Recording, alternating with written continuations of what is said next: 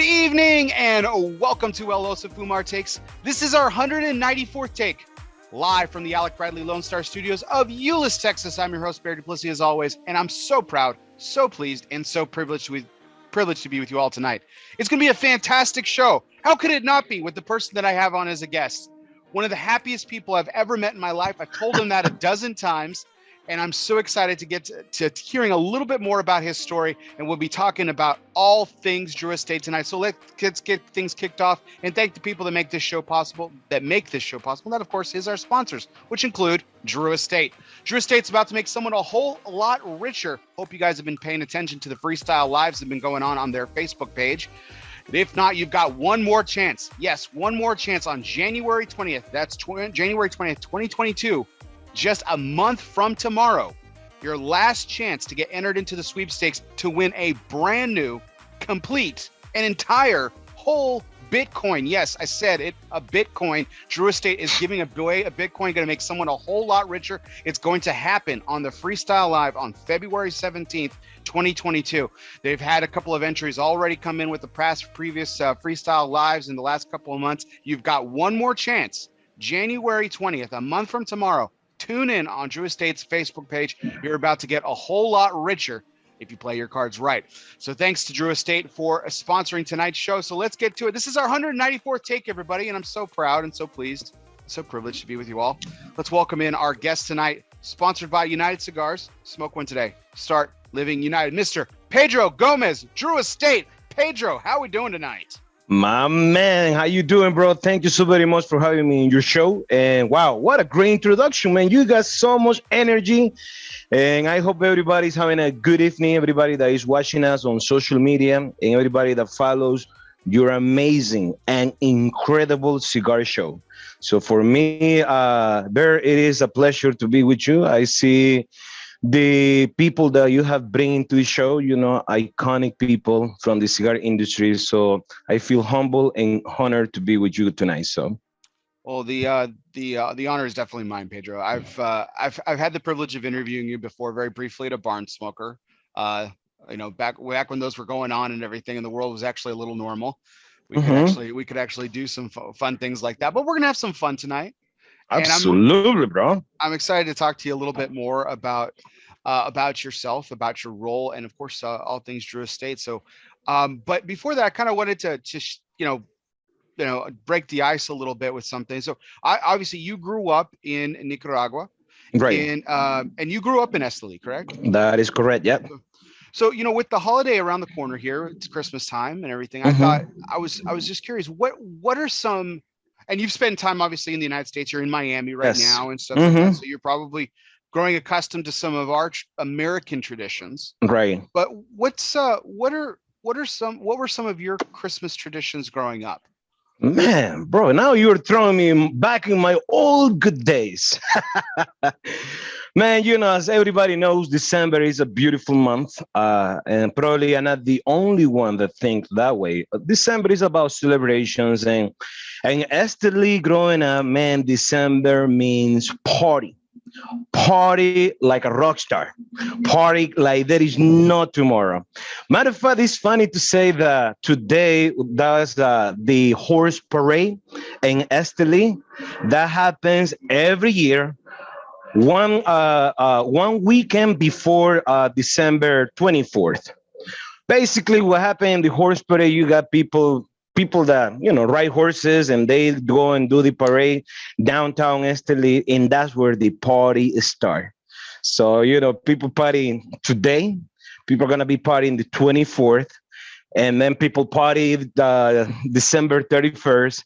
So I mean, if you save some bucks, you might have some money by January, because there is so much party going on. But I mean, growing up in Esteli, man, seeing enjoying those festivities, enjoying time with the family.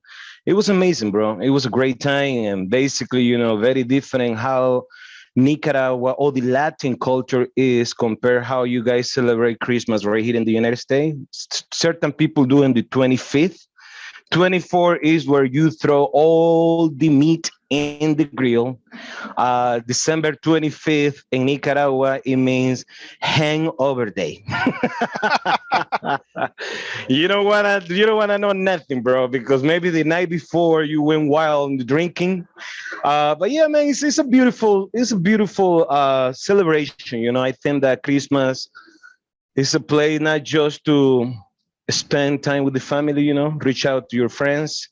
If you have the opportunity to spend that special day with your loved ones, it's even better. You don't have to be alone on Christmas. There is always invitation hidden there. That's wonderful. So Nicaragua is a lot like my wife is European. My wife's German. Mhm. And Okay. Christmas Eve is the same thing. Christmas Eve is holy to her. Like that's when Christmas really is. Like I was a Christmas Day kid. And Hmm. so it sounds like Nicaragua was a lot like the way my wife grew up, where it's all about Christmas Eve and everything. That's right. So tell me a little bit more about this parade of horses, though, because I know that's your background. Because you used before you got into tobacco and before you Yes, got into cigars, you made saddles. I know that was part of the way that's you right. grew up and everything. So tell me a little bit more about this horse parade. Like, does the whole town get together? Is it a big, Is or is it the just? whole town getting together? Well, the thing is this, there, Esteli in Nicaragua, we are considered the Northers. That's why we have a cigar brand that is called El Norteño. And that's, basically Norteño is because you're from Esteli.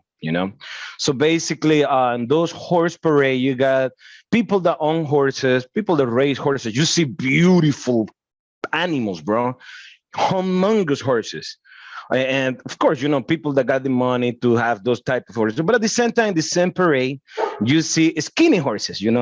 We call them choloncos. That means the the horse that you don't want people, nobody to see it. But the funny part is that everybody, I don't know why, bro. I always ask myself why people dress as a cowboy when they don't have and they don't own horses, but they just want to be in cowboy style, bro. Hat, Levi jeans, and long sleeve shirt.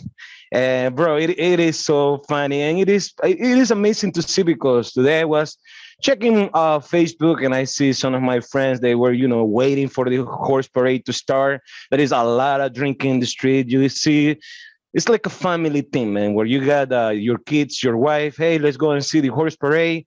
You stay right there in the corner and see the horses passing by, music, mariachis, bro. It is bananas.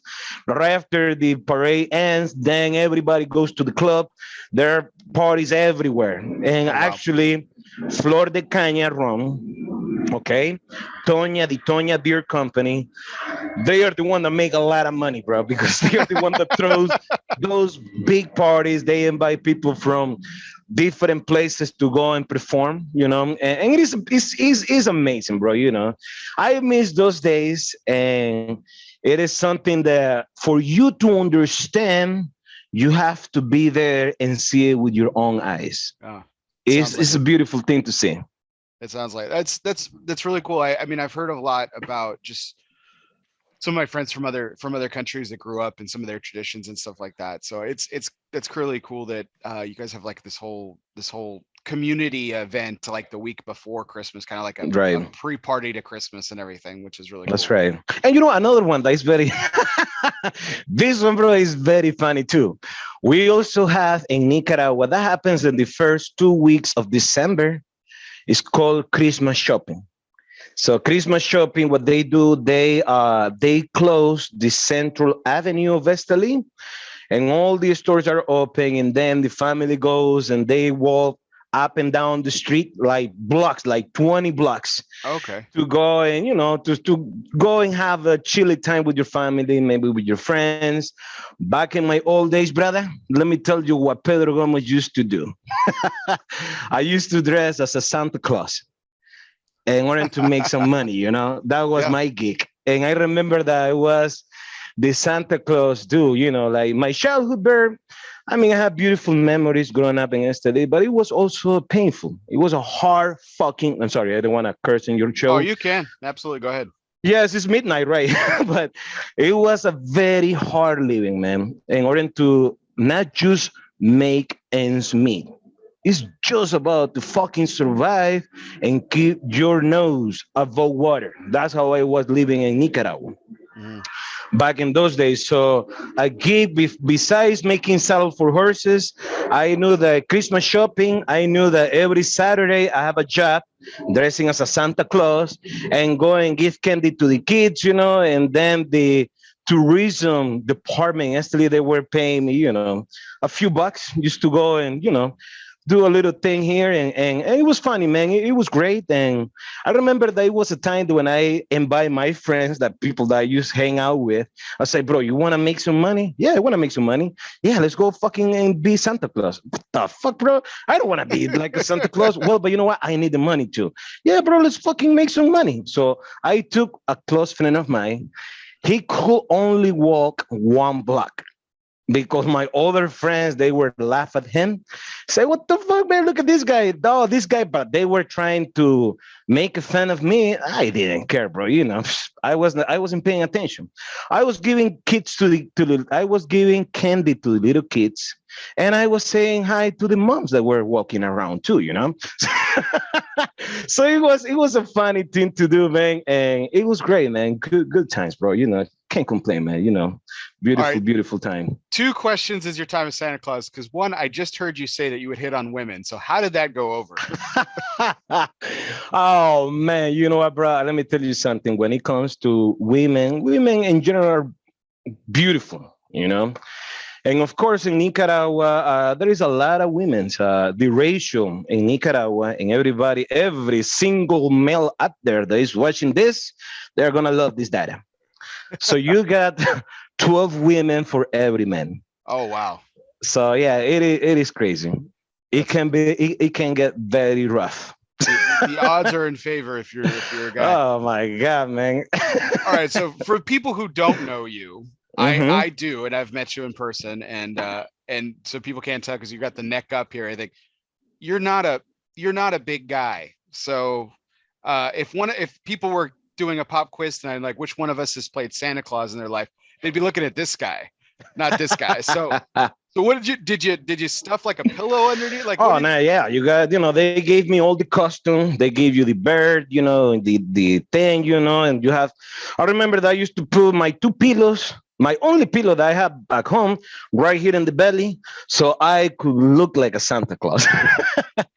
And it was funny, man, And there were like people. I remember that was a time, the last year that I was doing that. That was a lady that came to me, and she wanna trying to make fun of me. And they say, hey, as far as I know, Santa Claus is white, but you are brown, my friend. I was like, and I'm just the other Santa, and the cousin, the Santa's cousin, because he couldn't make it tonight. So she started to laugh, but it was. I always say, bro, in life, if life give you limes, you better come out with your badass lemonade. So to me, I didn't have no issue whatsoever growing up. You gotta do what you gotta do as long as you do it honestly. And to me, doing all those different types of jobs, that was something that built your character, and that is something that also creates experience. Later on in life, you will appreciate the little opportunities that life gives to you. From a little opportunities, you really manage that opportunity really well. That little opportunity will bring a big opportunity. It's up to you how you visualize yourself, and it's up to you how you see the different, thinking about life. Right. No, Yeah. we've talked about that before. So it's awesome. That's awesome. I love hearing these stories about when you were a kid, because it's and a young man, because it's just it's really fascinating. And it shows, like every piece that kind of gets inserted into the puzzle, just like it makes more sense. It makes more sense. So before we get into tonight's major point stuff, you've taken a couple of puffs off your cigar. I'm smoking a cigar too. What and I saw you drinking a beer too. So what are you drinking? What are you smoking tonight? Absolutely, man. Let's start. Let's start with the cigar first, okay? Right now, I am smoking the Undercrown 10 juice. We're gonna put it right here in the camera. this bad boy right here. This one is the factory floor edition. It's a lamb steel size. It's a really nice medium to full body smoke, made of course by Drew Estate.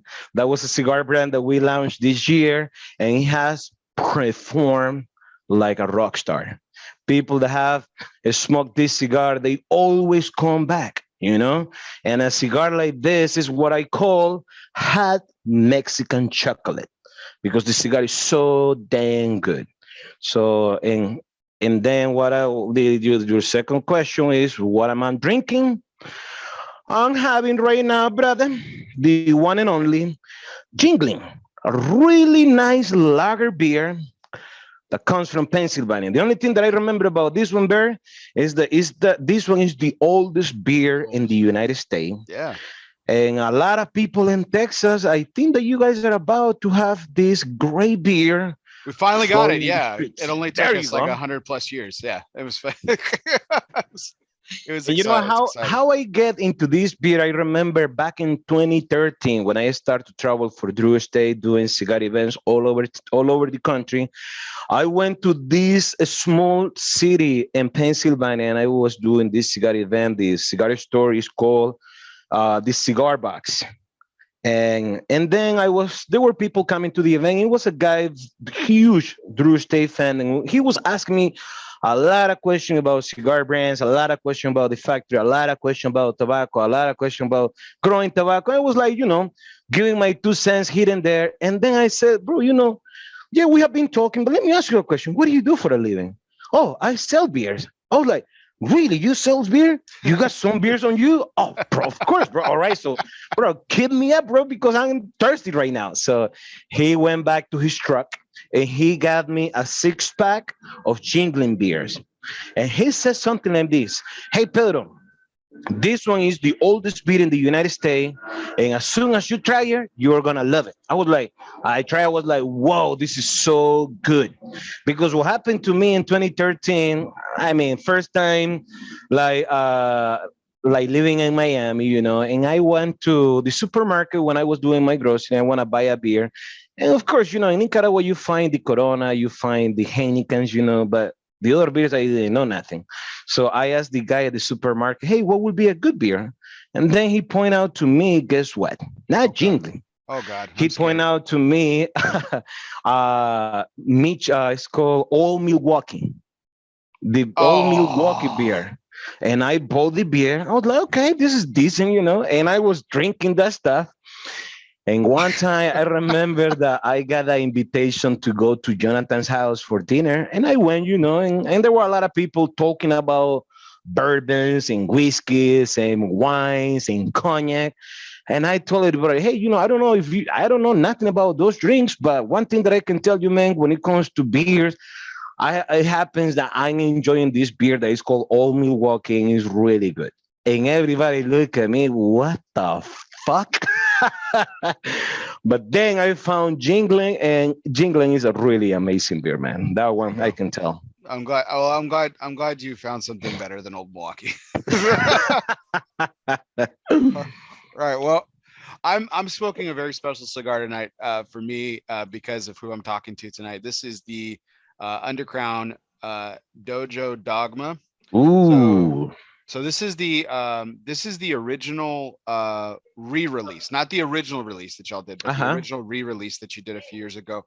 You highlighted the video, and you and I know we've slept since then, but you and I actually talked about the making of that video at the trade show that year, and you're like, well, Bear, I got to hook you up. So you hooked me up with this. You hooked me up with one Dogma, and I light it up, and our good friend and former Drew Estate compatriot, Mr. Fabian Ziegler, promptly took it away from me to light up another cigar. And I was like, but I wanted that. And I went back to you and I said, man, I don't mean to do this, but Fabian took my Dogma and you gave me this cigar.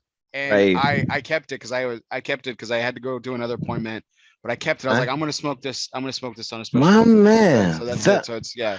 Bro, thank you so very much, man. Wow, that is awesome.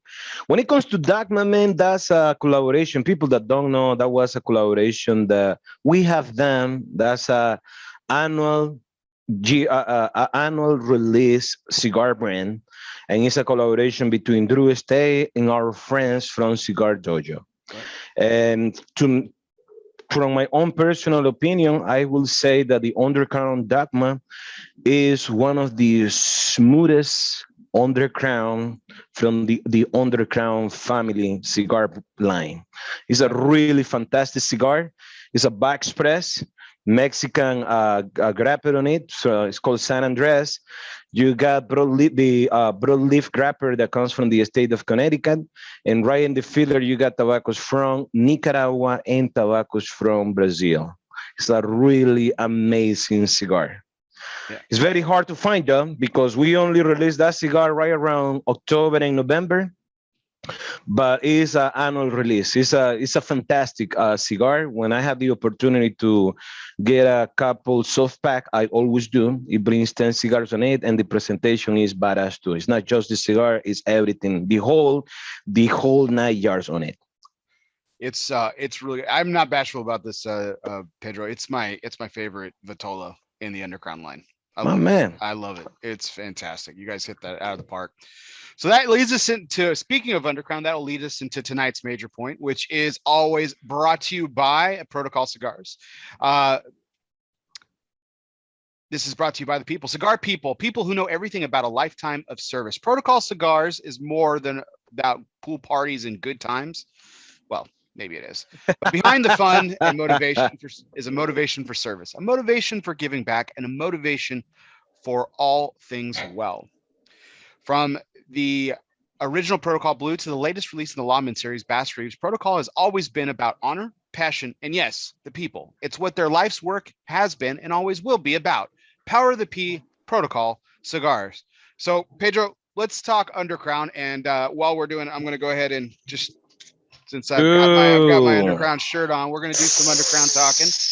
Man, that's badass. This was a big year for Undercrown. This was a big year. This was the 10th anniversary of Undercrown, and I was really stoked for it because I know you guys have done some great anniversaries in the recent years. Liga Privada got an anniversary. Acid got celebrated its 20th anniversary. So all Drew Estate fans were on the edge of their seat thinking there's gonna be something happening for the 10th anniversary. And you guys delivered. That's my second cigar here. I've got the Toro here. Man, dude, that's a badass right there, buddy. That's a really, really good one. I mean, the Undercrown, bro, before I jump into that question, I just want to acknowledge the people that are watching us right here on Facebook Live. And I want to give a quick shout out to Joe Growth. Want to give a quick shout out to Math, Rich Lai, who is tuning in from San Jose, California. Our good friend that is tuning in, his name is Brian Lewis. Thank you so very much for tuning with us. Sean Miles, thank you so very much. Susana is out of Texas, buddy. She's a huge cigar fan, and I have much respect for her and everybody that is watching us, tonight. So yeah, man. So when it comes to the Undercrown was a cigar that was born in the factory floor. Okay, that was a cigar that basically happened. Probably, it's not right to say by accident because not any cigar brand that became huge happens by accident, but I would like to give all the credit, okay, to the people that work in the factory. They were the one that blend the cigar, and they were the one that select the different tobaccos that goes into it. And the first cigars before Undercrown became Undercrown, that was the factory cigar. That was what we were smoking, because right around 2009, we were smoking too many Liga Privada in the factory floor, especially the cigar rollers. They were smoking a lot of it. So we had a meeting with the executive that they came to Nicaragua and they say, for God's sake, you better stop smoking Liga Privada, because we have huge back orders in the United States and we need as many Liga Privada as we can.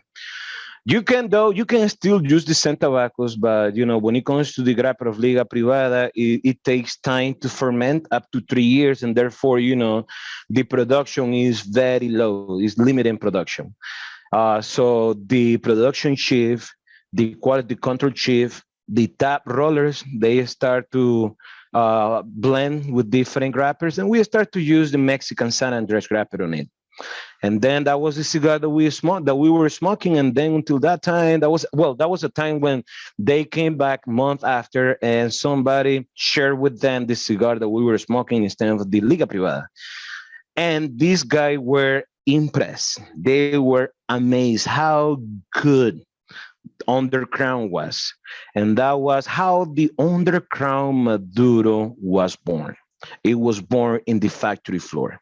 When we released that cigar in 2011, that cigar became the #1 cigar in half a wheel the following year, and it was amazing, man. Mm-hmm. And then from there, we have launched different Undercrowns. You got in 2015, we launched the Undercrown Shade. Mm-hmm. A mild to medium cigar with a Connecticut shade wrapper on it. And then the 2017, we launched the Undercrown Sun-Grown Dogma. Amazing cigar, sun-grown Sumatra. That is sun-grown, yes. I'm sorry, in Ecuador. The cigar is amazing, man. Medium body. And then 2014, we did a collaboration with Cigar Troyo, which is the cigar that you were smoking. Right. That was in 2014. And right around the same year, we did the collaboration with Shady Records. That is called, I remember Shady. That cigar used to be called Shady 15. Right. Because they were celebrating 15 years of Shady Records being in the music industry. For people that don't know, Shady Records is owned by Eminem, the guy from Detroit, mm-hmm. world-claimed famous rapper, Paul Rosenberg, who is his longtime manager. And that's how the collaboration came out, because Paul Rosenberg is a big fan of Drew Estate. So it worked out very nice. So the Shady Records or Undercrown Shade is a cigar that we release every year. Nice. Once a year, I'm sorry. Yeah, then you guys brought back with Shady XX, and then so now it's becoming this annual thing. I really love that you guys are doing the annual releases of these different Vitolas of Undercrown, particularly the dog. I mean, even though it's my favorite and would I like to get it all year round, sure. But mm-hmm. I think it's really great that you make it kind of special and everything. And then I love that you're doing it. That you guys did it with the sun grown as well. I'm hoping that means that we might see a Dogma Shade in the future. That would be really nice. Well, you never know, brother. One thing that I can tell you is that Drew Estate is a powerhouse, bro. When it comes to brands, I'm not gonna say this one to brag about it, but I mean, everything that we do in the company, we do it with a lot of love. We put a lot of mind into it, and whatever we do, we think about every single detail, left and right. So this year, yes, we released the Undercrown 10, became a huge, mega hit for Drew Estate. I would say one of the biggest that we have after Liga Privada. I mean, without putting any of our brands down, but Undercrown thing is a big one, bro. I think a cigar can be a good cigar, but at the end of the day, numbers never lie, and it shows how well that cigar moved in the stores. So I remember around 2009, 2010, like Liga Privadas, like you said, were really hard to get. Like stores would get just a very small allotment. Like when we think about like the allotments for like Liga 10th anniversary now, like that, I mean, that rare, or like Feral Flying Pigs, like that rare, mm-hmm. and everything. But and then so the Undercrown comes along to kind of alleviate that short. And there was like, I felt like there was this immediate turnaround. Like you were able to see Liga Privada more frequently. And was that entirely attributed to Undercrown or I mean, that had to have been a big part of it, right? Mm-hmm. Well, the thing is this, when we released Liga Privada, it became a huge hit. But the problem has been because the cigar is, when it comes to the production, is very limited because of the raw materials. Therefore, the Liga Privada only falls into accounts that are Drew diplomat accounts. Okay, When we gotcha. released the Undercrown, was a cigar that was for the masses. So that was a cigar that all these cigar retailers were able to carry, and therefore, we didn't have any limitation when it comes to the raw material, and we were making a lot of those cigars. The thing when you release a brand bear is that, first of all, you need to know your tobacco inventory. Secondly, you need to know if you have the capacity in the factory in terms of the of cigar rollers, and of course the space where you're going to store those cigars and everything. Uh, um, the whole process has to be aligned with the brand. With the Undercrown 10, for us, right now when we are releasing brands, we release the cigar in a very strategy way. The Undercrown, when we release the Undercrown 10, it has its own swag, beautiful swag of the Undercrown 10. And of course, the production was humongous. The risk is huge as well, because once the cigar stores start to order and reorder, that's when the cigar brand start to take off. And therefore, you need to be ready in the factory. You need to have enough inventory, not just on cigars in the factory, not just on cigars in the warehouse right here in Miami, but also have the production going in Nicaragua. So it's a lot of thoughts into it. But at the end of the day, when you release something that a lot of people appreciate and the cigars start to sell really well, and you start to read the different reviews that cigar bloggers do about that cigar, it is amazing to see. So let's see, next month, what are going to be the brand how do you say Brand recognition. recognition. Yes, that this cigar brand will have in the cigar industry. But by far, people that have smoked the cigar, they love the Underground 10. It's a really beautiful, amazing cigar. Yeah, so so it's to celebrate the 10th anniversary of Undercrown. You guys do the Undercrown 10. So let's talk about this, because this isn't this okay, it faced, like, if you look at it from just a far distance, it looks like an Undercrown, right? Mm-hmm. It's Yes. got that beautiful black and gold and blue label, but Mm-hmm. it's obviously got some extra stuff to it here. We've got a whole new secondary band underneath it. Mm-hmm. We've got a foot band, and Mm-hmm. then we've got this incredibly unique way of dressing the cigar with this ribbon that goes over the top of Right. it. So almost like a tassel at graduation, That's or right. I can't think of another metaphor for it, but I was really impressed by the work that you guys did on it. So so talk about the blend. And the blend is different. So Right. again, if you look at it from far away, it looks like, maybe a Mm-hmm. special Undercrown, which it is, but it's Right. a completely different line. It's to commemorate 10 years of Undercrown. So talk a little bit about the blend and what went into, like, the different design work and things like that. Absolutely, man. When it comes to the Underground 10, aka all deck out. So we went to the top, because how are you gonna bring a cigar into the market bear to celebrate 10 years of amazing achievement from the regular Underground? Of course, you have to raise the bar, you have to step up your game, and that's what we did with the Underground 10. The packaging idea and the whole 9 yards, it was beautiful thought on details, and is a cigar that means celebration of 10 years. And the packaging is also is enhanced the Undercrown as it is. And as you say, when it comes to the blend, it's very different from the regular Undercrown because in the blend of the Undercrown 10, we use high priming Mexican grapper on it. And when it comes to high priming, you're talking about ligero tobacco leaf.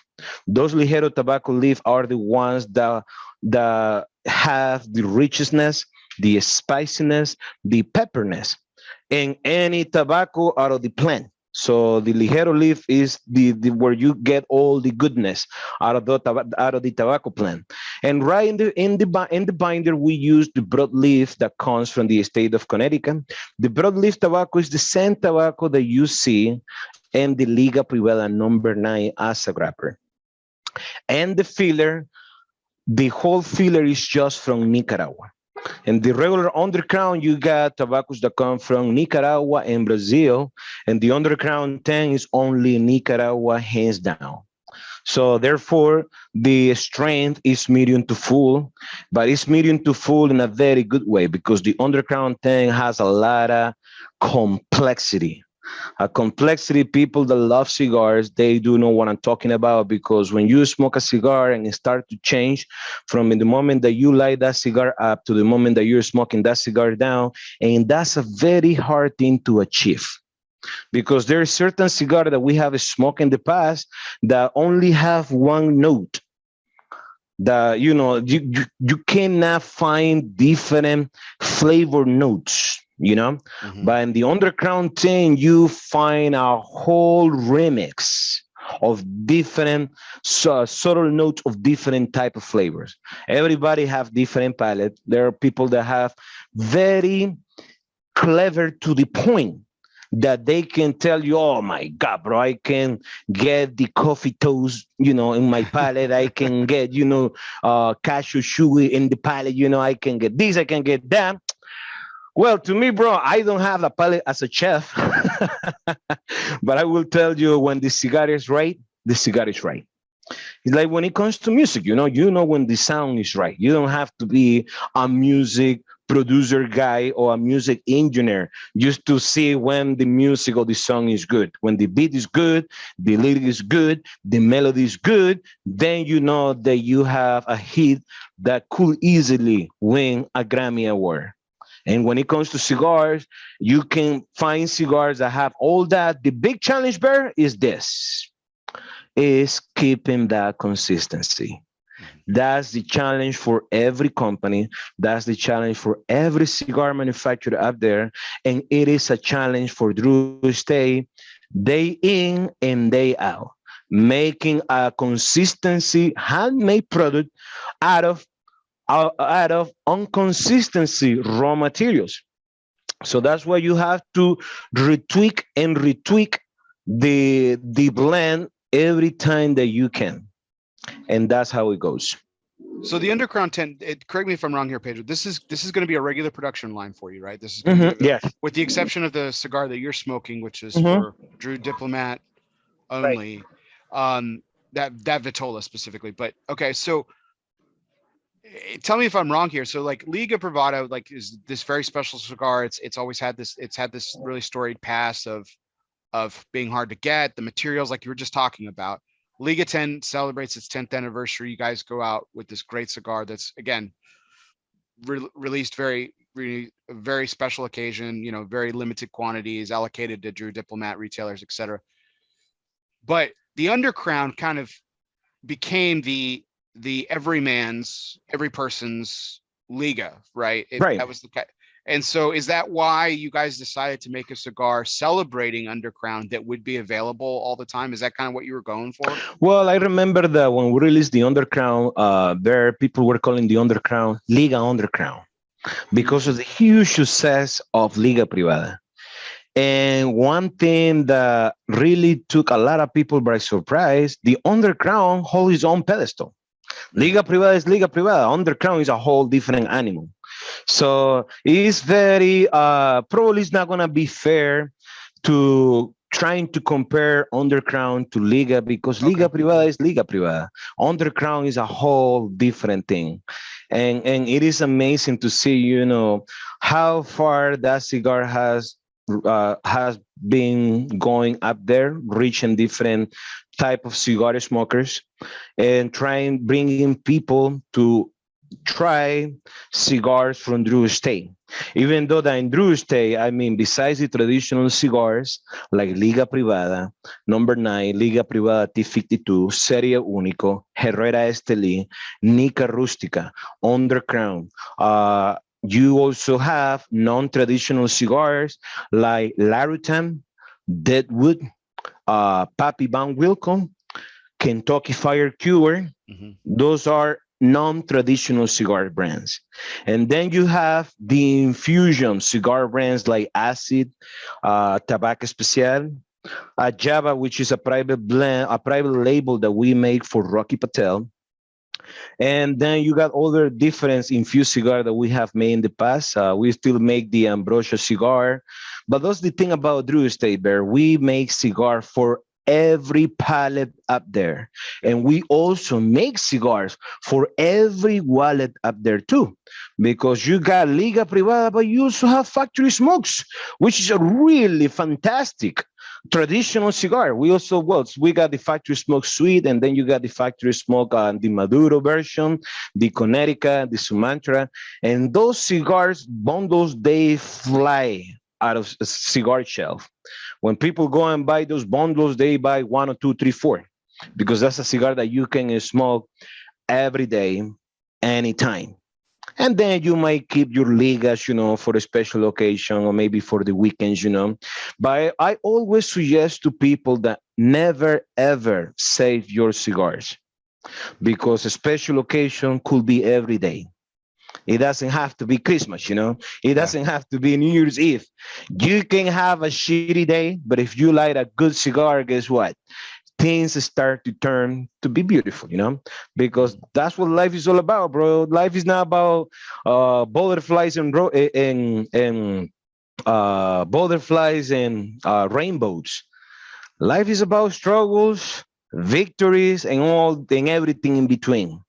And that's what the cigar does. And when you smoke something that you truly enjoy, I will say that during the pandemic, a lot of therapy for the cigar smokers in all over the world was light a cigar.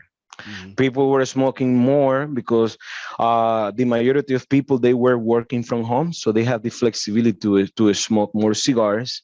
At the same time, if you have the opportunity to go and see a friend, and the friend happened to be a cigar smoker, and you didn't smoke cigar at that time during the pandemic, the guy say, hey, you know what, bro, let's have a cash and let's have a cigar. You know what, try this. He's not gonna give you, the top of everything that he is saving. He's gonna give you a cheap cigar. Let's say a factory smoke.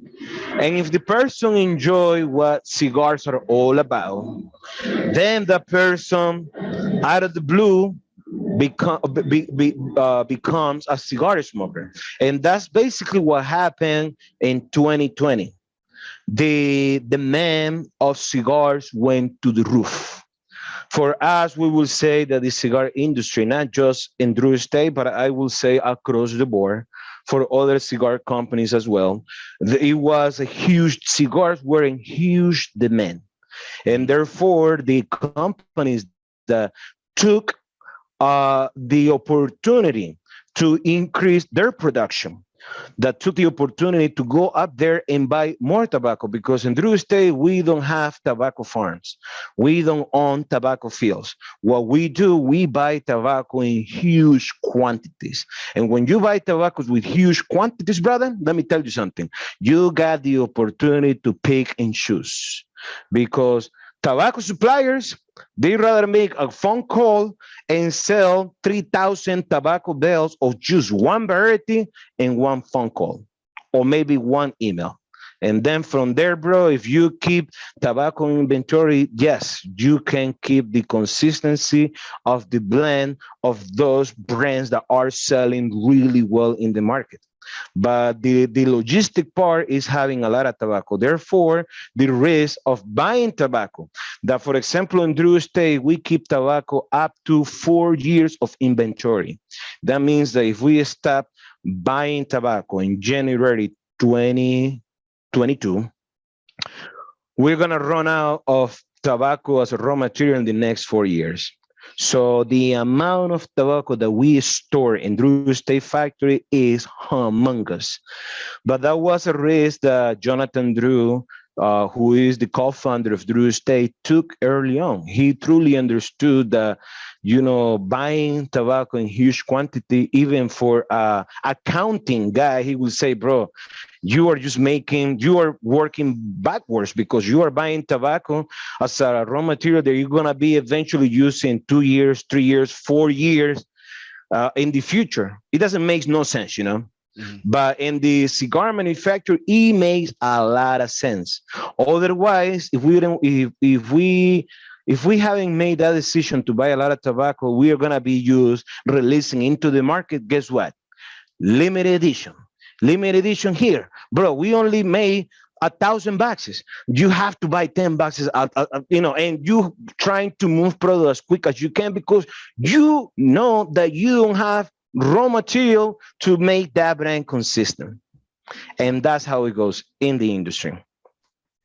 So, with the amount of time that you've been at Drew Estate and all the projects that you've been a part of and everything, I'm not going to sit here and ask you like what was your favorite or anything like that. But this Undercrown 10 had to be pretty special for you, because I know it's been a project that you've been involved with directly. I mean, you're Mr. Drew Estate. You're all over the place, and we're going to get to some of the other brands that you're a part of. But Undercrown, you've been a part of that DNA for a while. Like, how special was this cigar specifically to you? Bro, to me, Bert, I thank you so very much for your question. To me, Undercrown in general, talking about the Undercrown Shade, the Undercrown Sangron, the Undercrown 10, all of them.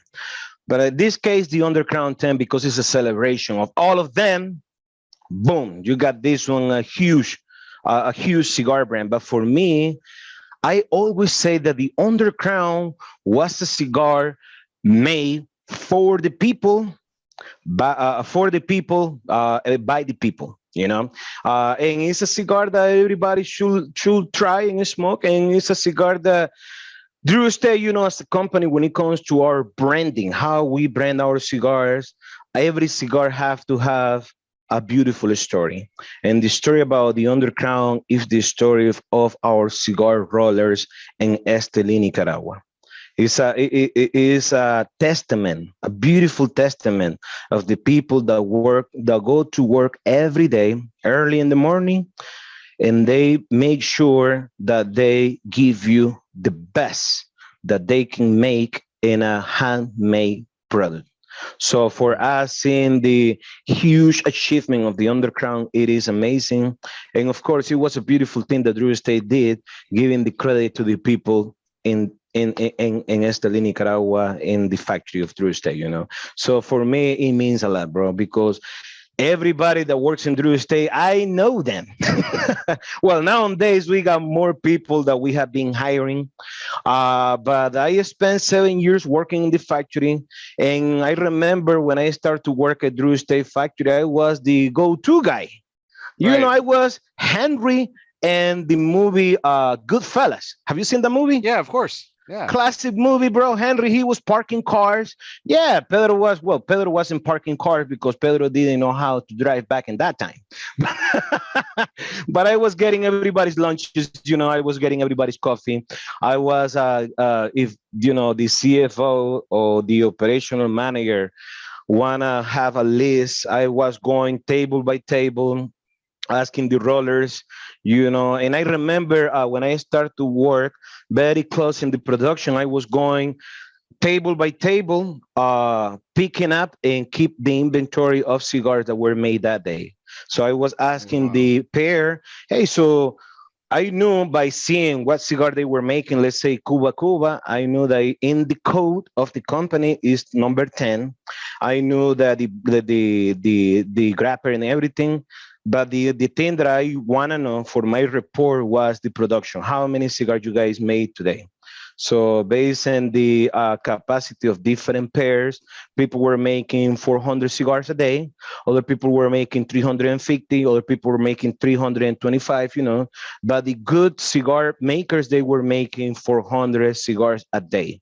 I'm talking about the Bonchero, which is the male, and the Rolera, which is the lady that they pass the grapper into the cigar, and everything is handmade.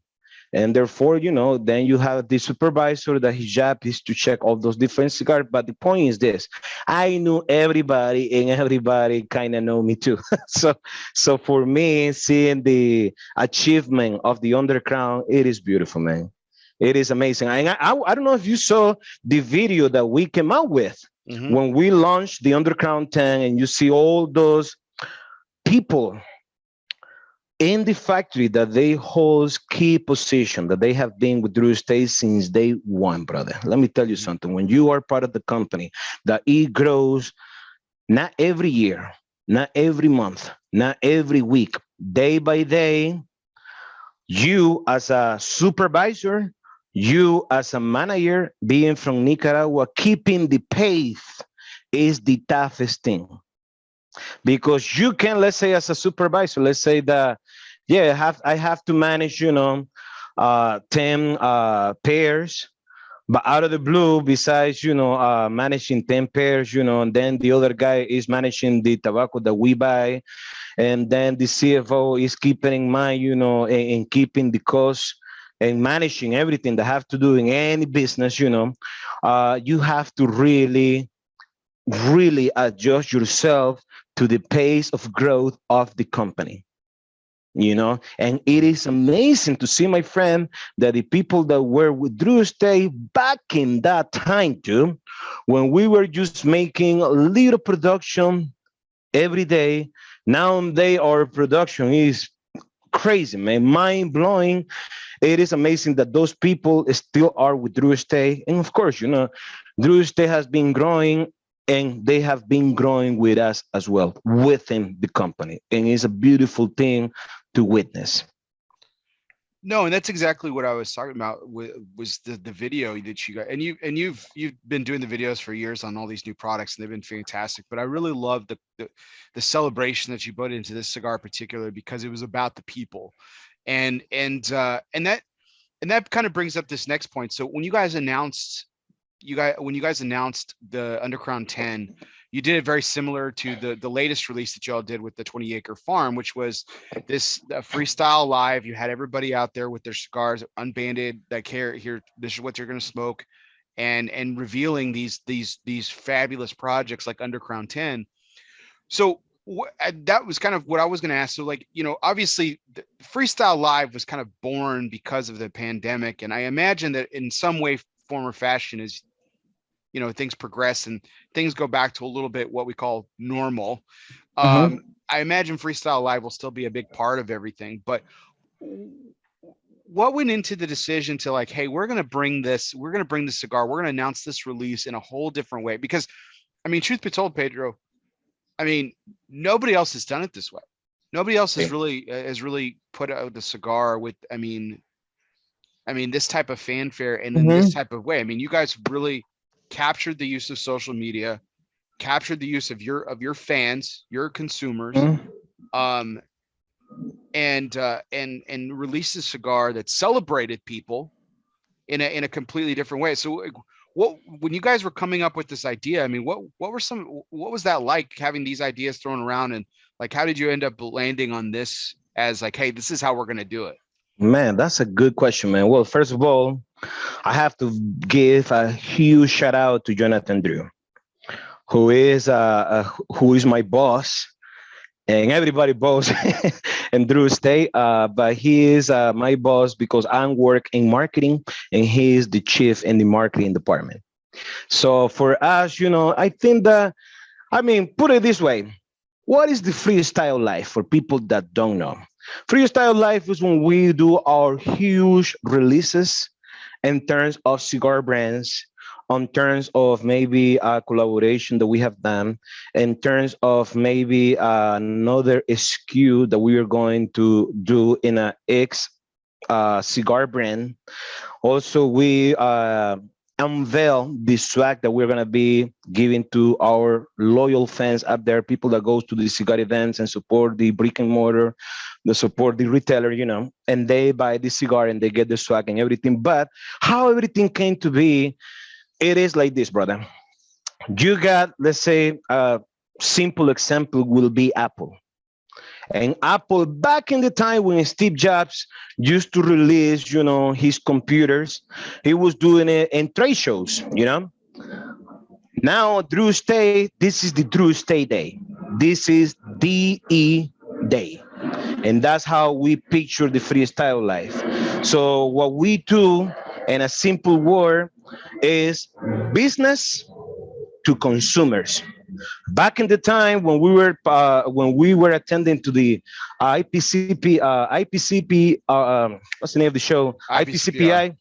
IPCPR. We were launching the brands there. Obviously, our first contact was the retailer.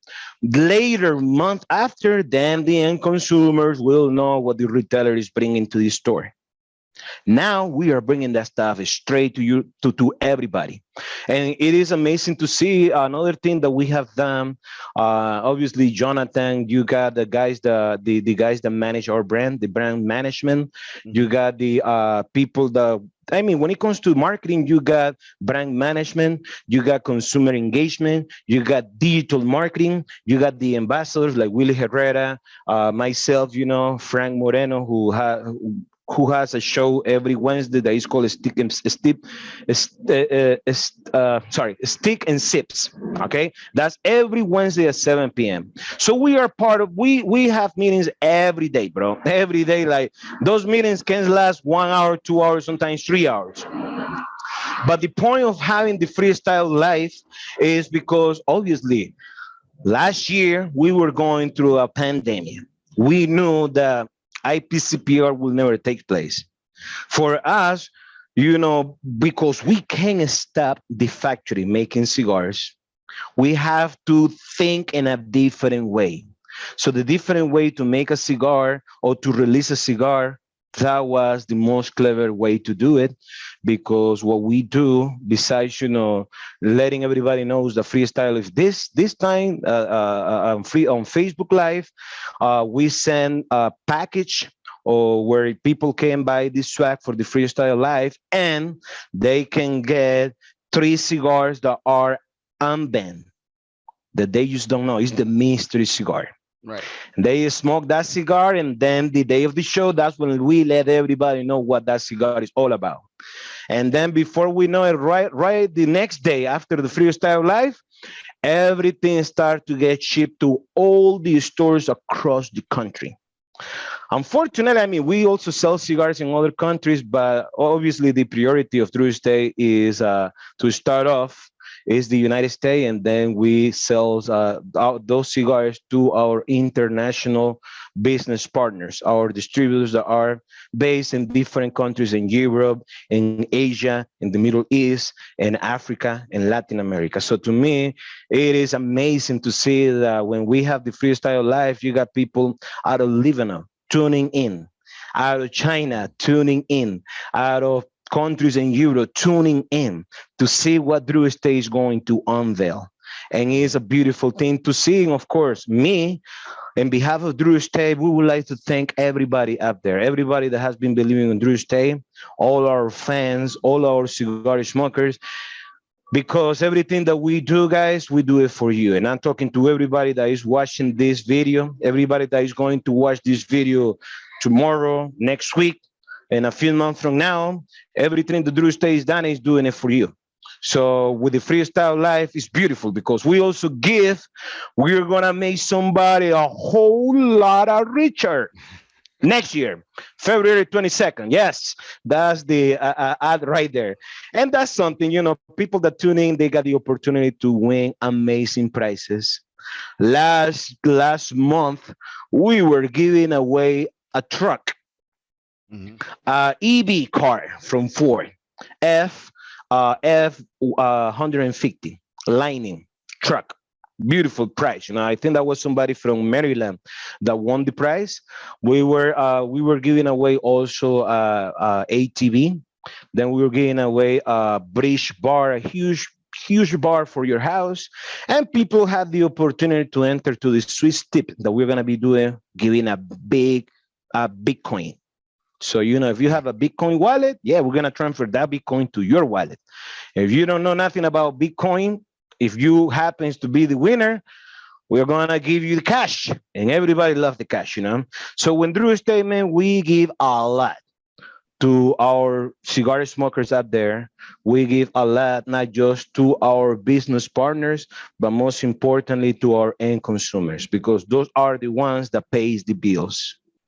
Not, you know, I mean, you have, in order to sell something, that something, which is the cigar, have to be good, and that something have to have I mean, a loyal fans up there. I mean, the truth of the matter is this, bro. When you love a cigar so much, you can suggest that cigar to somebody else. Yeah. And then you have end consumers, you got loyal end consumers, and you got disciples. And that's the difficult thing to achieve. And you can take that concept and apply that concept to any industry. I will tell you something. Every company out there will die to get that following. Few brands have achieved that. One of them is Apple. Another one has to be, you know, like if you ride motorcycles, you might be a fan of Harley Davidson, you know, Right. No, and absolutely. everything in between, you know. So it's when it comes to brands in general, Bear, is finding a community, finding something, me as an end consumer, that I will feel proud to be part of. Like I'm telling you right now, like It's a Jingle, well, it's a bro. culture too. It's a culture. Mm-hmm. Yeah, and you guys have cultivated this culture. I love it. I love the community. So no, and this is what. So I just want to interrupt you for a second because this is what I really loved about the whole freestyle live concept and what it's really brought. It's what it brought. You were just talking about this before. You know, before the traditional way of doing this is that you would go to the trade show, you would introduce it to your true customer, which is the retailer. Mm-hmm. And but yet you fostered this entire community with your end consumer, and now you're almost kind of flipping it. You're saying, okay, like retailers, you're still important. Obviously, you're the whole glue that keeps this together. Absolutely. But Yep. we're gonna bring the entire community together, all of us, Mm-hmm. retailers, consumers, and Drew Estate together, and we're gonna say, hey, here's what we're doing. Here's this big announcement. I That's right. loved it. I absolutely loved it. I thought it was completely revolutionary, and just a really unique way of doing it, and all amidst a historic, event with the pandemic and everything like that. I mean, it was a perfect way to bring everybody together. I thought it was Thank awesome. you. Thank you so very much, man. I mean, other companies, bro, you know, I'm not saying that real estate, oh my God, we are the best in the business. No, because there is a lot of great companies out there, you know, like Alex Bradley. I got mad respect from Alan Rubin. I got my respect for his kids that work in the company, you know, Padron, Arturo Fuentes, you know, uh, uh, Steve Saka. He has an amazing cigar company. Nicolas Melillo, who has an amazing cigar company. Oliva Cigars. Bro, I mean, I'm telling and I'm talking to you that everybody in the industry brings something unique to the table. Hmm. And everybody is not just how different these cigars are. It's also about how they release the cigar brands too, because everybody they do in different ways. I mean, back in the days, besides doing the the trade shows, people were releasing cigar brands through cigar magazines, you know. Hmm. But nowadays, of course, you know, time change, technology change, and then you got people like you that has an amazing show, El Oso Fumar, you know, that somehow or another you are keeping that preaching. You are educating end consumers, and end consumer nowadays they are very they know about a lot of cigar brands in the market. You can fool an end consumer once, but you will never fool an end consumer twice. So that means that you can sell a cigar just for the hype, just at the first time, but what about the second time? What about if the retailer place an order and reorder and keep reordering that particular cigar brand? And the guys comes every time to the store. Hey, do you have the Undercrown 10? No, I don't. Well, the guy goes to the other shop. You know, he doesn't mind driving 1 hour to another shop, and nowadays with the online business, so he doesn't mind he ordering that cigar box from our friends in Harveston, Pennsylvania, Wooden Indian tobacco, good friend of mine, all other people in Texas, that's where you are right there. So at the end of the day, there is about how you can release your brands in a very efficient way without losing the message. Because what I'm telling to you is going to be very different once you get back to the store, what you're going to tell to the end consumer, what that cigar is all about. When the end consumer, they see a live show, that wherever it goes, So you get the essence, you get the authenticity, you get everything from A to Z, what that cigar is all about. And it's not how eloquent an ambassador could be about talking that cigar brand. At the end of the day, my friend, the fucking cigar have to be the rock star. Because if the cigar sucks, it will die in the shelf. It will collect dust in the retail shelf, or even worse, it will end it up in a basket that say, buy 3 cigar, get these 2 cigar for free, which was the cigar that you couldn't sell. No, that's absolutely right. No, I think there's some really good stuff here that I want to continue talking about with this, with what you guys did with the virtual community that y'all created. Well, not created, just fostered, really, because I mean the community was always there. So I kind of like to break up the show a little bit here, Pedro. And this is kind of we're going to talk about 2 of our fun segments here. That's And right. one of them is our One Must Go. So as always, One Must Go is always brought to you by United Cigars, featuring La Giana Havana, and distributors of Jose Dominguez, Bandolero, Garofalo, and the highly acclaimed Atabey and Byron lines. Smoke one today and start living united. Now, so Pedro, wanted to talk to you a little bit about something that I noticed on your social media page. You actually were able to actually take a break, get a little R&R. Saw you took a little vacation. That was really nice. I was excited. I feel like you work all the time. So you're on mute, brother. You're on mute. I'm sorry. Well, yes. Well, first of all, let me take the time because I'm looking up at the comment section. And I want to give a huge shout out to my friend Eric Vieira. He's tuning out of Hawaii. I met my man when I was in Hawaii. First time going to Hawaii. It was amazing, bro. But I was begging all this time to Drew Estate, bro, send me to Hawaii. Send me to Hawaii. I was planning to go and do some cigar events. And of course, who wouldn't want to take a vacation in Hawaii?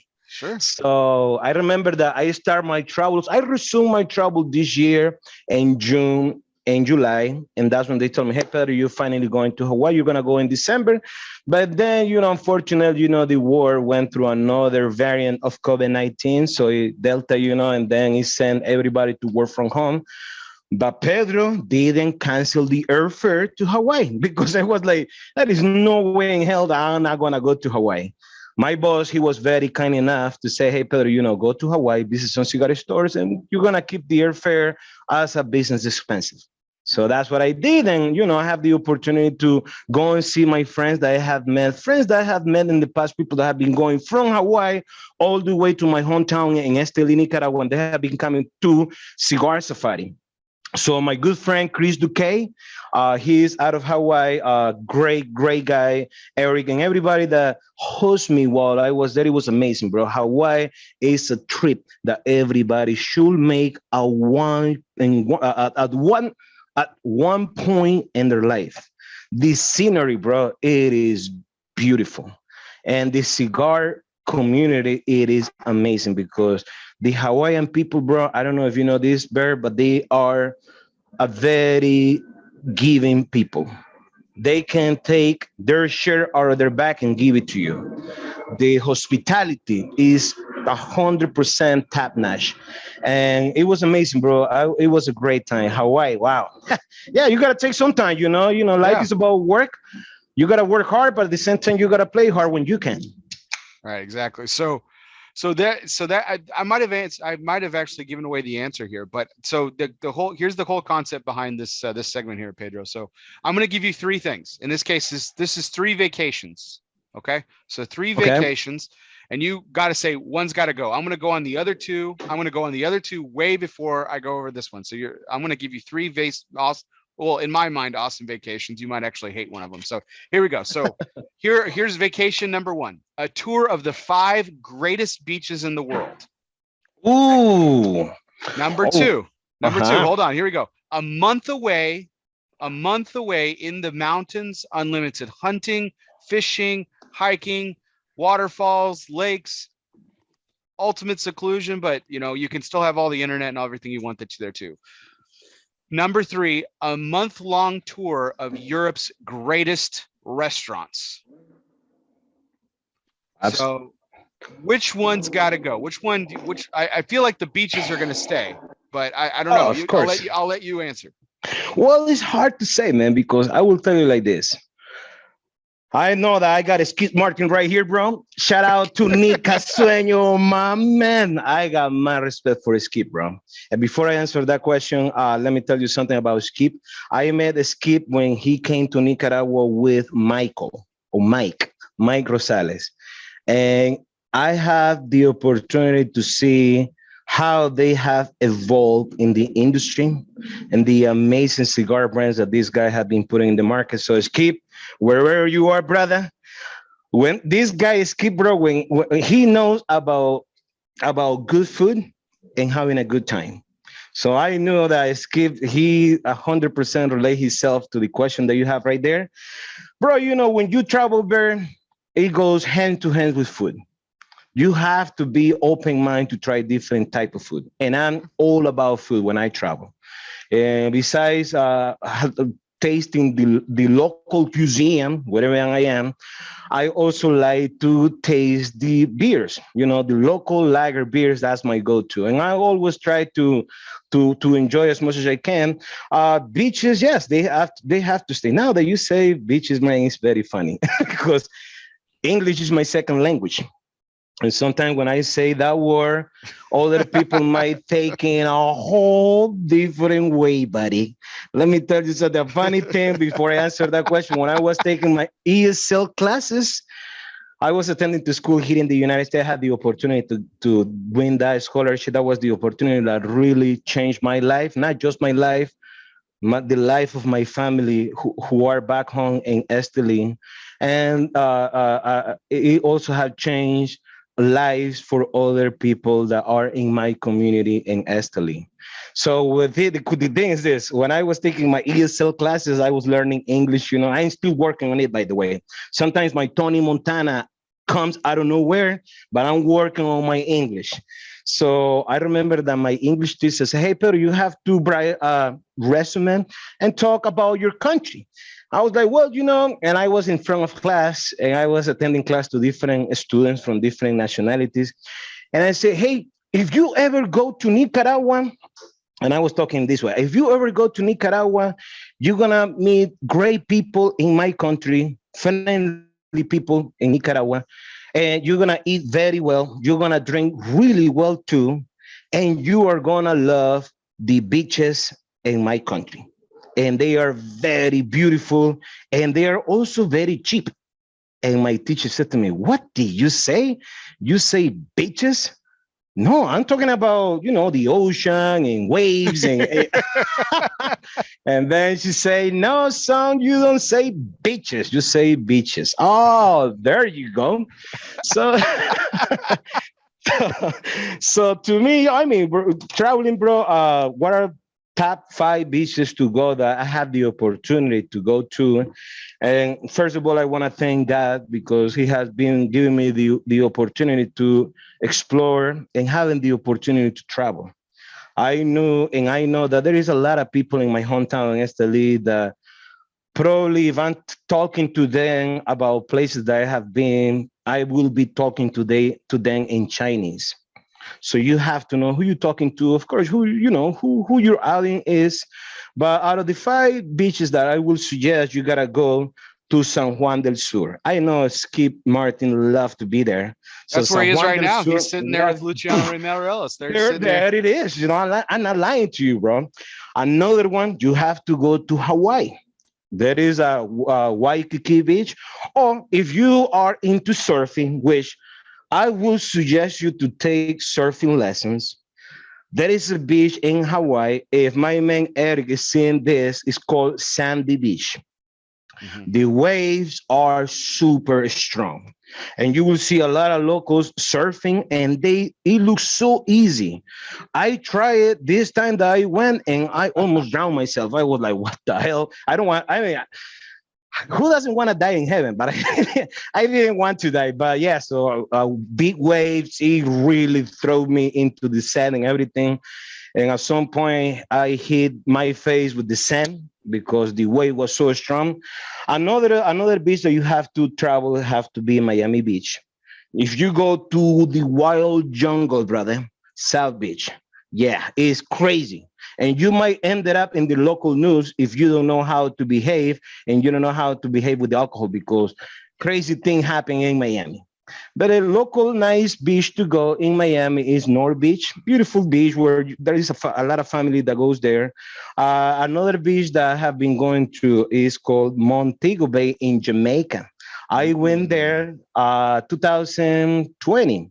Right before the pandemic started to hit, I took some vacation to go to Jamaica, and I was having an amazing time in Jamaica. But at the same time, I was reading the news and seeing how the whole world was shutting down. And I was trying to change my airfare from Jamaica to come back to the United States because you don't want to be locked down in Jamaica, brother.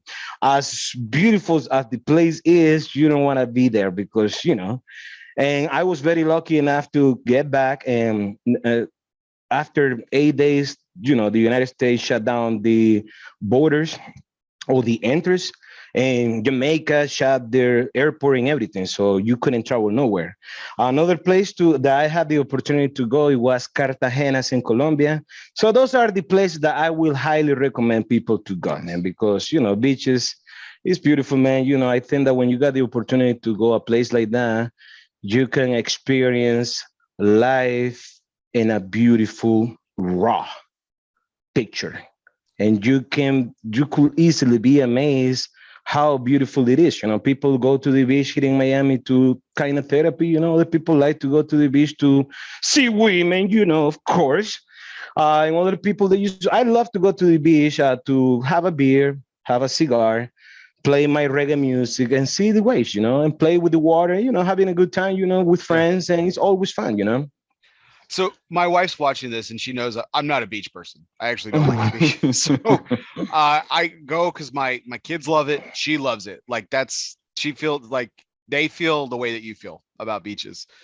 But I gotta say that one of my all-time favorite things to do when we go on these beach trips, and we don't go to any of these great places, which I would love to one day, for them, not for me. Um, but but one thing I love to do when we do go to a beach trip is at night. I love sitting on the beach at night, just like listening to the water, listening to the waves, smoking a cigar. That for me, that's my beach experience. That's what So I so. really love.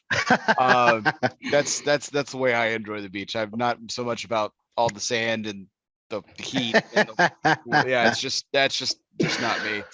But so mine on this is my go-to out of all these vacations is probably the month-long tour of Europe's greatest restaurants. But I would definitely pick the mountains. Like I'm more of a mountain cabin, like fire. Like that's kind of my thing. That's Um, good. That's good. so, but thanks for participating in that, Pedro. I really appreciate that. So that was our one must go.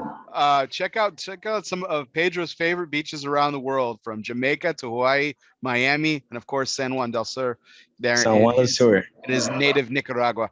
So always brought to you by United Cigars, featuring La Giana Havana, distributors of Jose Dominguez, Bandolero, Garofalo, and the highly acclaimed Atape and Byron lines. Smoke one today and start living united. So this is our next segment, Pedro. We usually what I usually do is feature a charity every week. And normally I threw a little curveball this week, continuing from last week's ELOSOFUMARTAKES. We had Storm Bowen on of Cigars for Warriors, a charity that Drew Estate has long supported, been there since day one. with Storm and all of the great people there at Cigars for Warriors. And so I wanted to continue that segment into this week's show. And I know that they've been a big part of the barn smoker culture. I know barn smokers haven't been around for a couple years because of what we've all been talking about. But talk a little bit about how Cigars for Warriors has been a part of the barn smoker experience, how you guys brought them in, and why they're such a big part of what y'all do at Drew Estate. Absolutely, man. Well, quick shout out to Cigar for Warriors. Not quick shout out, big shout out to them. Also, a big shout out to the volunteer ambassadors that they go through. They go to host events and they get the cigars for the people in Cigar for Warriors. But most importantly, man, Cigar for Warriors. First of all, before I say anything, I just want to thank the men and women that have served this country, the men and women that have served in different branches in the military in the United States. And that's what Cigar for Warriors is all about. It's about them collecting cigars from retailers and end consumers. Back in the days, we used to give a lot of cigars to Cigar for Warriors, but due to FDA, we can no longer give cigars to them. But we gave the spotlight to attend to us, to our events, our cigar events that happens in the stores, to go to our barn smokers, to go to our trade shows, because Cigar for Warrior is a very important cause. And the person that understood this early on was Jonathan Drew. And Jonathan Drew embraced Cigar for Warriors big time. And it is amazing what this guy have done, because when these people ship cigars, they are shipping cigars to the men and women that are deployed in other countries, my friend. You know, it's easy to smoke a cigar in a cigar lounge, have a good time with your friends, but in order to enjoy that freedom, somebody have paid the ultimate price. You feel me?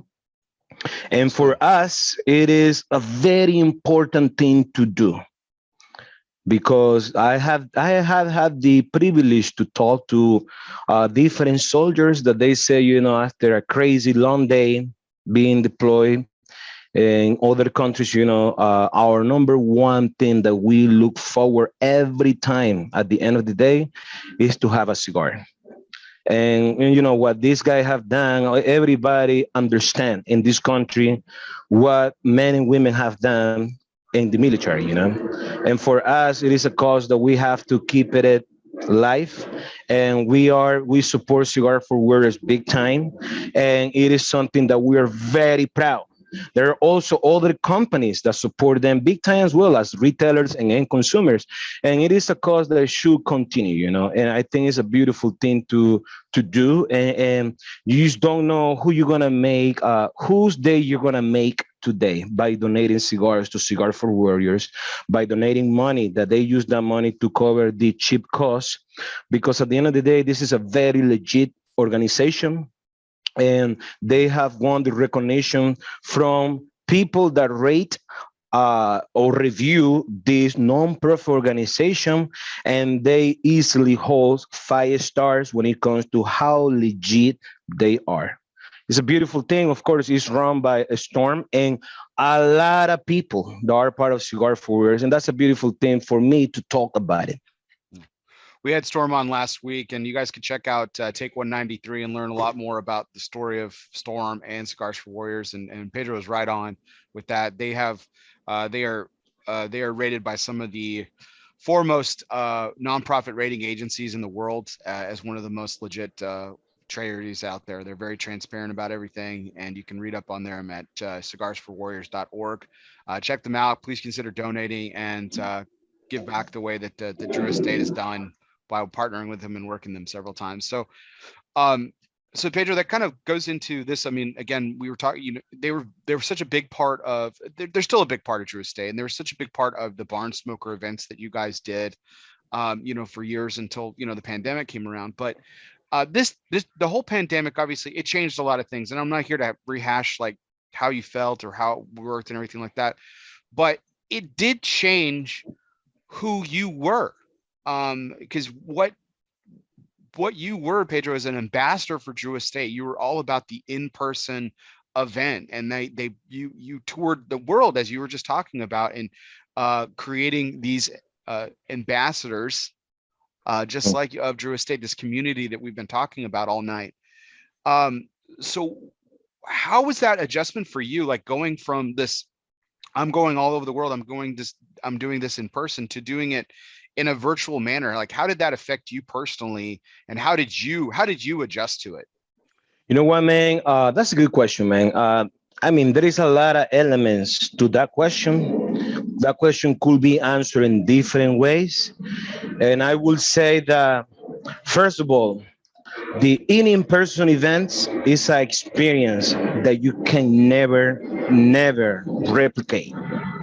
Because cigars is about people, like Carlitos Fuentes say, and when you have the opportunity to meet these people, to shake their hands, to have a conversation face to face, it's an experience that builds longevity to our brands. To me, I feel honored and humble to have this opportunity. That's why I take this job with my heart. I won't say, probably it is not the right way to say, it's not the right way to say I take it very personal. No, I take it with a lot of pride because I'm from Nicaragua. I'm from Esteli. And therefore, having the opportunity to talk to end consumers and retailers face to face, to me, it is a honor that I know that a lot of people in my country only think and dream about it, or maybe imagine how cigars store are like, or what cigars are all about. I couldn't understand that when I was working at the factory. But when I had the opportunity to come to Drew Estate and I go to the cigar stores and I see people that go and hang out in those cigar lounges, and you see guys, having a good time, breaking everybody's ball because everybody's giving a hard time to somebody, everybody's laughing. You see these old guys feeling like they are in a kindergarten or in a play jar. It's a beautiful thing to see. And obviously, the COVID-19, it took away that from you. I love travel. I love meeting people. I love listening other people's stories, because in the cigar industry, you meet people from different walks of life. And everybody has a story if you pay attention to whatever they are saying to you. And you never know what you're going to learn from those people. Now, when we pivot from in-person events to virtual events, that was something that came organically. How you can still be relevant when you cannot host any in-person events. So Zoom did a great job, connecting everybody. And for us in the long run, we had the opportunity to talk to different people that we have never talked before. Because on my virtual events, people were tuning in from different places, which is something that will never happen if I was doing an in-store event. Because you're going to be talking, if you're lucky, well, if you're talking to everybody, I try to talk to everybody when I'm doing my cigar events, but reaching a huge demography. Not just a cigar smoker, but people that probably are kind of curious to smoke a cigar. And the beautiful thing is that this thing is recorded and it lives in a social media platform. It could live on YouTube, on Facebook, and Twitter, and Instagram, you name it, Mm-hmm. But at the end of the day, for me, it changed big time, because before I was traveling all over the United States doing cigar events, and then I was stuck at home, working from home, and going out of this little desk from my little living room to all over the country.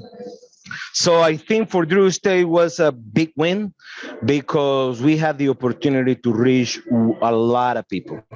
For me, personal, I think that in life, everything can change, my friend. Life is the most unpredictable thing that we could ever experience. Everything can change in a matter of seconds. But it's up to you how you can adjust yourself to the new normal. And to me, I mean, at first it was kind of weird doing virtual events, because I didn't have no experience talking to the camera, just to the computer myself. But I mean, I start to enjoy what I was doing, meeting people. And now that I have the opportunity to travel, it's amazing to meet those people that you meet them and the first place virtually. So it changed. I think that it had changed everybody, man. COVID. I mean, the fact that the well, let me put you this way. COVID changed the whole world, but at the same time, it really showed you how delicate things could change. I mean, things can change in a heartbeat. But at the same time, during the pandemic, it really gives you the appreciation to never take 40 things for granted. Going to a cigar lounge is great, but you couldn't do it last year. Seeing your family was great, but you couldn't see them because of the pandemic. And unfortunately, there were few people that lost their loved ones because they passed away. So, if you haven't learned something during the pandemic, I don't know what else can teach you. So in life, you learn from everything. So you have to really adjust yourself and keep your mind positive. That's my take out of that. Yeah, it's this interesting, like this interesting kind of turning of events and everything. So like for example, like you and I connected over social media first. We got to meet then in person when things could happen in person. And so like when the pandemic happened, you kind of go back into that. Now this is only the only thing that we can do. But now it's like when you go back out, it's I imagine it's almost kind of, not to turn about a phrase. I know Drew Estate's about the rebirth of cigars, but it's almost like a rebirth of your job, because now you're seeing old friends, but now you're seeing all these new friends too. Right. I imagine it's got to be a really whirlwind of an experience that way. It's beautiful, man. And seriously, it is amazing. Like when I was traveling in June, in July, I was hitting places in Texas and Pennsylvania, and it was amazing to meet these people. People that drove hours to go to the event. I remember that I was in Michigan, and that was this lady that came to the event, and it was amazing, to meet them in person. I mean, in the long term, uh, you got winners and losers. Everybody wants to be part of the winners. But at the end, to be part of the winner, you have to think differently. Sometimes you have to take the risk and just hope for the best. And whatever you were doing that didn't work out, you have to think about it and see how you can do it again. This time it's gonna be better, because when you fail, brother, and you're going to start again, you are not going to start from scratch. You're going to start from lessons that you already know. Hmm. And that's a fucking beautiful thing to think about it. Because in life, it's about, knocking down. You get up, you fall, you get up, and you fall. When you fall, that's when you learn. That's when you fucking learn, when you fall. So I was talking to somebody, and I told him that I told him that I wouldn't share who it was, but I remember, and this, they don't work for Drew Estate, but they're a person who's really plugged into this industry. And when this all came down, it was really hard on them. Mm-hmm. And they said something that to me that really I knew I was going to talk to you about, because I was like, I was like, I have to tell Pedro the story. And they're like, okay, just don't say my name. They're pretty shy. Okay. But he was saying to me that you you Okay. you really picked him up, because he had followed you all this time, and I think he met you a couple of times, he had said, and everything. And we were actually even talking about how you and I have talked about this. You're the genuinely happiest person I've ever met in my life. Thank you, brother. I've never seen you upset. I've Thank I've you. I've never seen you exude any other emotion other than joy. And I think you've talked about your background, and how you've just, like you said, you've made lemonade your entire life, and so life's unexpected and you just roll with it. And him and I were talking about that, and he's like, man, I was tuning into Freestyle Lives, and I was tuning into these things that Pedro was doing. He's like, man, he really lifted me up, and when I was in some, this pretty, like, just, he's like, not really dark place, but I was just depressed. Like, my life changed overnight, and I'm sitting here and I'm listening to this guy that just is joyous about life and cigars, and like nothing's changed. He's just it's just the audience is different. It's over a screen now instead of in person. And I said, Right. yeah, I said, that's him. That's who he is. And Wow. so I wanted to share that with you. He didn't want me to share his name. So That is awesome, man. That is but awesome, made an man. impact. Wow. Make an impact. Thank you so very much. Well, first of all, please say hi to your friend. Oh, well, Those are the things that really make me feel good about it.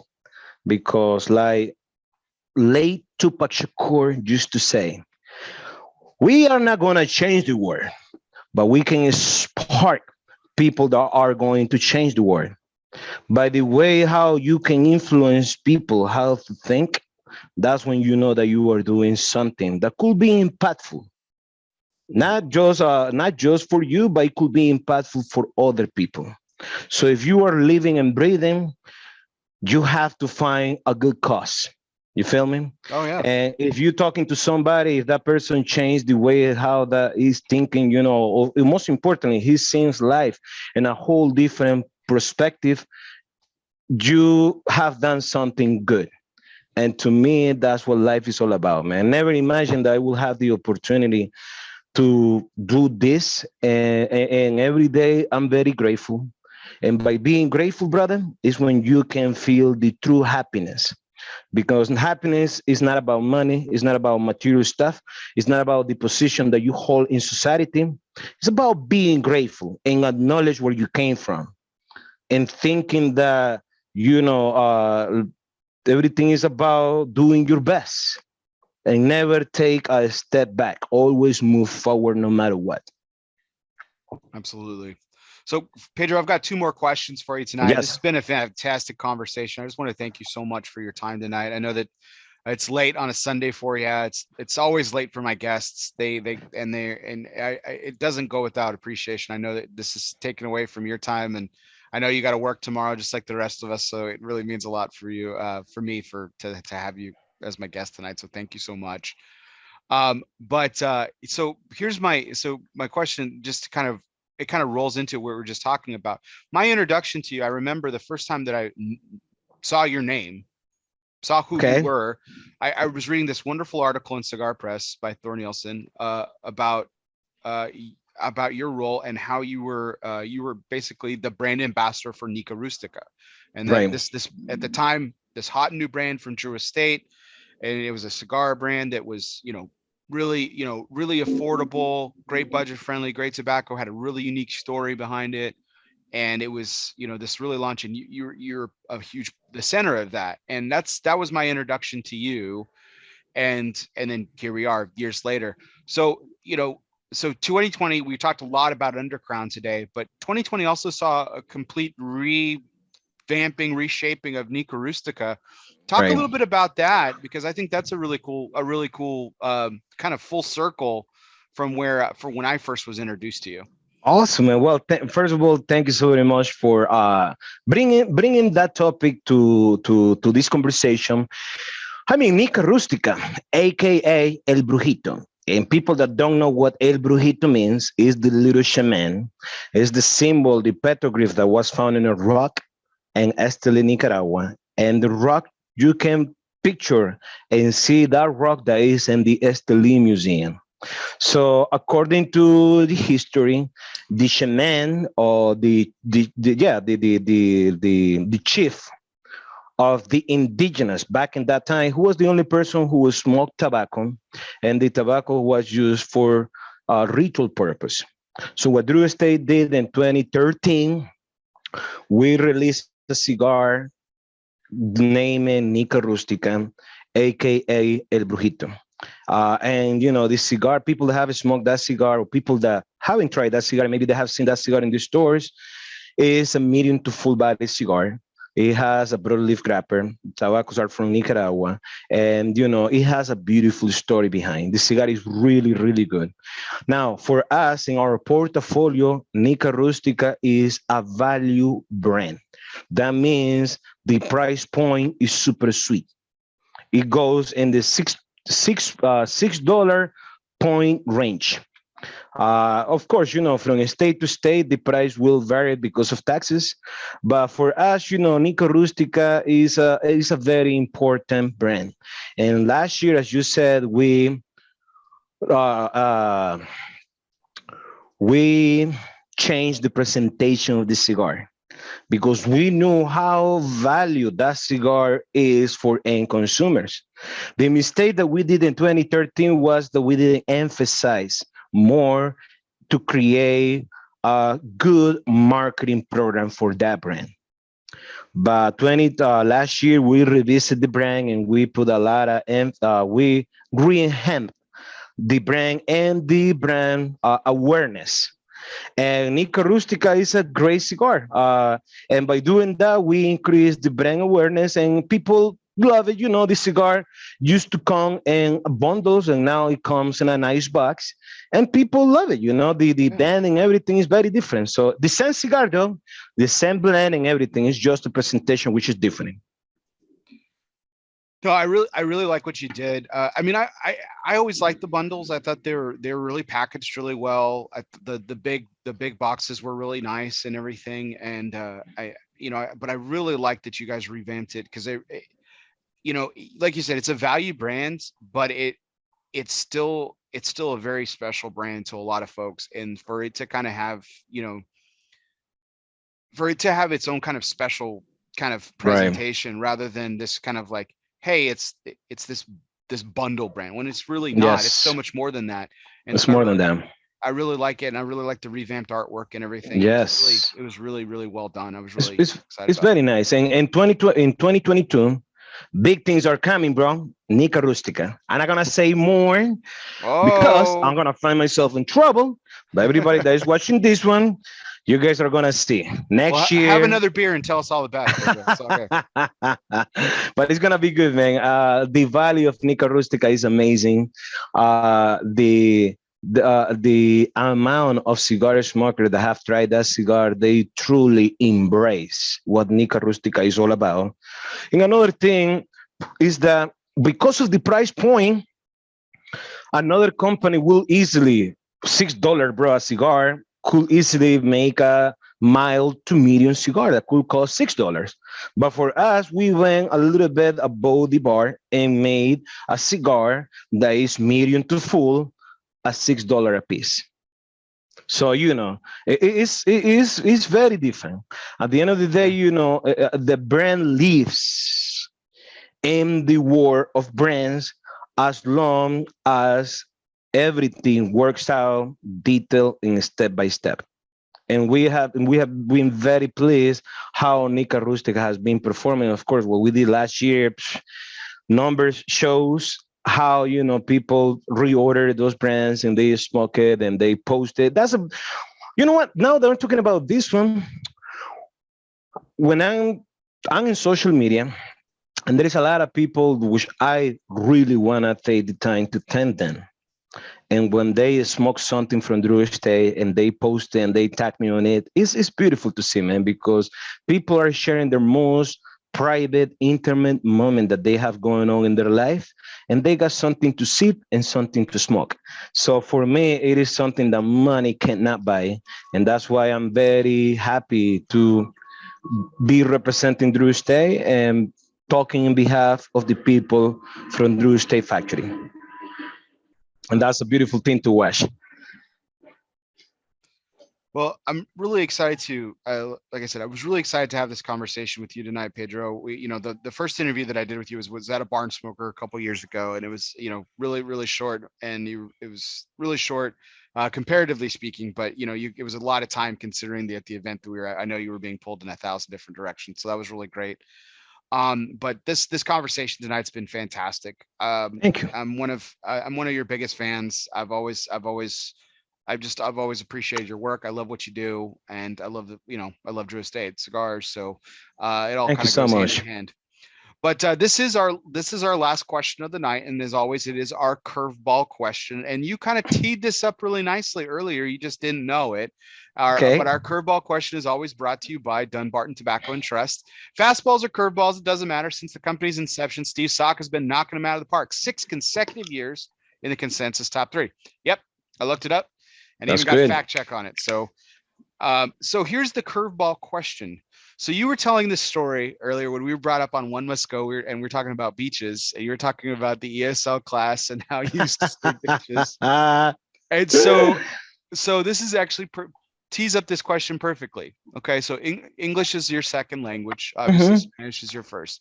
And as part of your role at Drew Estate, being a brand ambassador, you've had the opportunity to show a lot of people from around the world all the great things about Drew Estate, all the great things about your hometown of Esteli.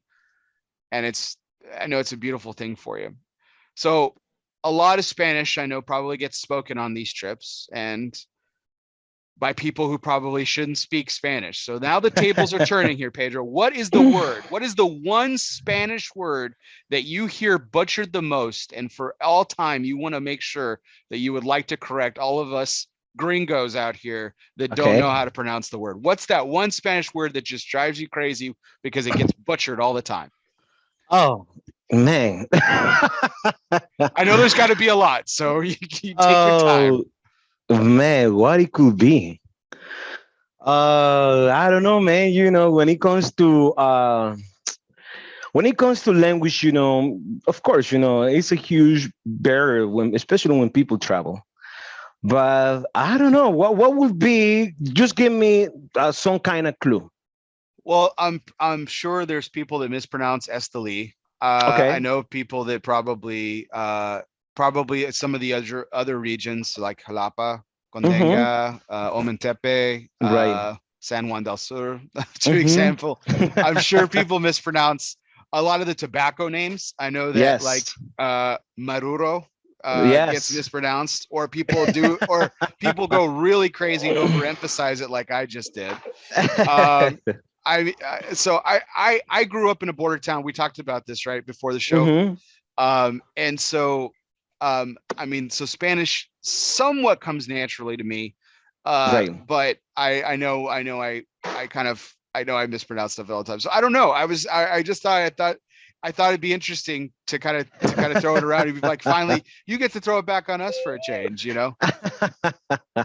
Well, I will say, bro, Esteli. But you know what? The funny thing about Esteli is that Esteli is a decent sized city in Nicaragua. But Nicaragua is a small country. But what really, really amazed me is the people that love cigars. They do know where Nicaragua is. They do know where Esteli is. And that really amazed me. Other people, pronounce the word Esteli very differently, but when you go to Esteli, boom, then you know how to say Esteli. Some people say Estali or Astili. It's Esteli. That's my hometown, and that's where all the goodness come from. It's not just about Drew Estate, it's about all the cigar companies that are based in my hometown, that they bring something extremely unique to the market, not just here in the United States, but to other countries as well. So Esteli is always going to be in my heart. No matter what, my happy places to be is where home is. And my home is in Esteli. That I can tell you, brother. That's awesome. So, Pedro, again, I can't thank you enough for your time tonight. It's been a great conversation. You're an absolute beacon in this industry, a beacon of joy, but an ambassador for not just Drew Estate, but for cigars. And you really connect all of us. Thank you so much, man. The consumer to media to retailer. I mean, you really have a way that you've ingrained yourself in the overall community and industry. It's been a pleasure speaking with you tonight. Thank you so much. Wow, man. Thank you so very much, man. Before I go, I just want to thank you for giving me the opportunity to be in your show. And also Fumar, what a great show, man. You are a great host. You have great questions, and it is very important for us that we are in the manufacturing side to have the opportunity to talk and to express and to preach the message about our brands. For me, I was looking forward for this interview. I was looking for big time, bro, because this is going to be your last show. That's what you said, right? Of the year. Yeah, last show of the year.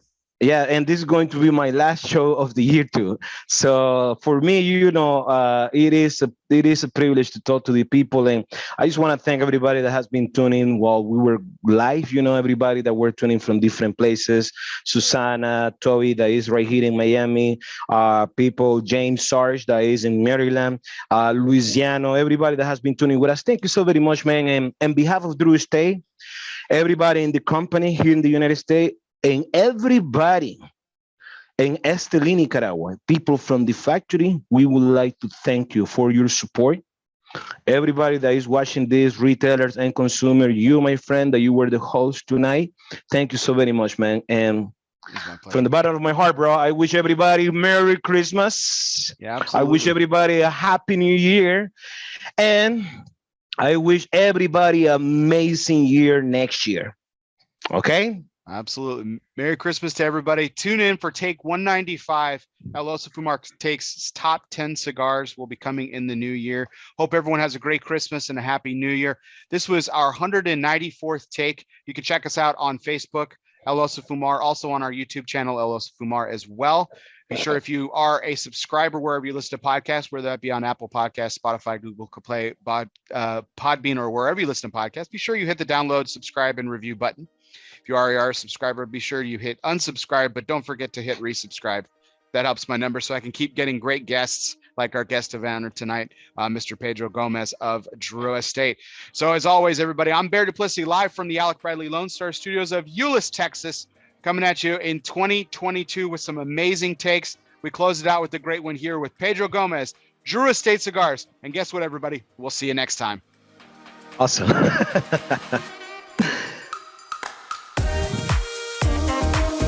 Very good, bro. That was a good conversation.